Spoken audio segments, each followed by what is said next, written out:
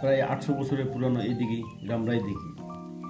একসময় এই দিঘি সাধারণ মানুষের কাছে পানির চাহিদা মেটানোর প্রধান উৎস ছিল।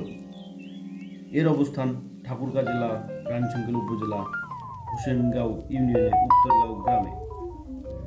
পুকুরটি 42.20 একর জমি নিয়ে অবস্থিত। এর পাড়গুলো 18 থেকে 22 ফুট উঁচু এবং জলকরপথ প্রায় 24 একর। এটি রানীশংকেল জেলার পর্যটক কেন্দ্র। সম্প্রতি বিভিন্ন জন বিভিন্ন নাম দেয়, কেউ বলে রামরাই, আবার কেউ বলে রানীশংকেল। এই দিঘির নাম মূলতই কিন্তু রামরাই। আজ ঈদের তৃতীয় দিন বিভিন্ন জন বিভিন্ন জায়গা থেকে এসেছে এই পুকুরটি দেখার জন্য। আমরাও এসেছি অনেক দূর থেকে এই পুকুরটি দেখার জন্য। পুকুরের বাম দিক দিয়ে লিচু গাছ এবং মিডিল দিক দিয়ে পানি, এবং আমরা সাইড দিয়ে যাচ্ছি এই পুকুরটিতে পুরা দর্শন করতে।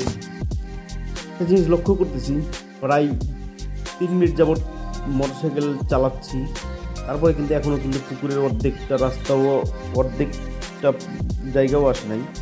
তো আমরা বাইক নিয়ে ঘুরতেছি, অনেকজন কিন্তু পায়ে হেঁটেই ঘুরতেছে। আসলে অনেকজনের ইচ্ছে যে এই পুকুরটি ঘুরে শেষ করবে, সেটা যতক্ষণ সময় লাগুক।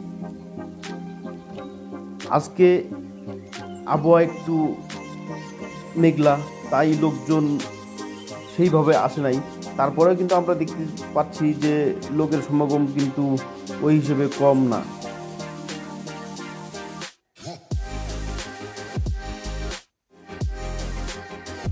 কেউ আবার ভ্যানে করে ঘুরতেছে, দেখবে এই পুকুরটি আসলে কি এবং এখানে কেন মানুষ আসে এবং কি জন্য আসে।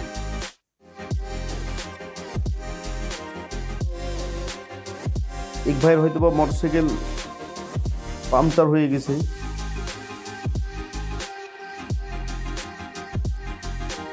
ছোট বাচ্চাও হাঁটতেছে, আমরা দেখতেছি।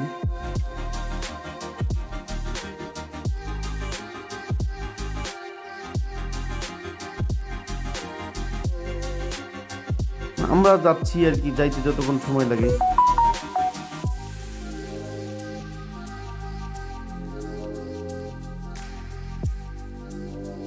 যে পুকুরটা দেখেন, এই যে পুরো পুকুরটা কিন্তু আপনাদের ভিডিওতে দেখাচ্ছি, যে আমার ক্যামেরাটাও কিন্তু এত যাচ্ছে না, এবং অনেকজন কিন্তু হাটেই ঘুরতেছে এই পুকুরটি।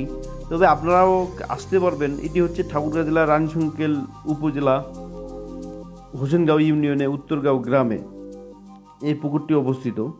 এখানে আসলে হয়তো আপনাদের যাইতে ইচ্ছা করবে না, এবং যদি আপনি শীতের দিনে আসেন তাহলে বিভিন্ন পাখির দেখতে পাবেন, যেটা কোথা থেকে এই পাখিগুলো আসে কেউ সেটা বলতে পারে না। এবং অনেক সুন্দর সুন্দর পাখি আসে এই পুকুরে, এবং পুকুরের সাইড দিয়ে আমের গাছ লাগানো। এইগুলো বড় হলে কিন্তু এখানেও অনেক ছায়া হবে। এই যে রাস্তা একটু কাদা, বৃষ্টি হয়েছিল।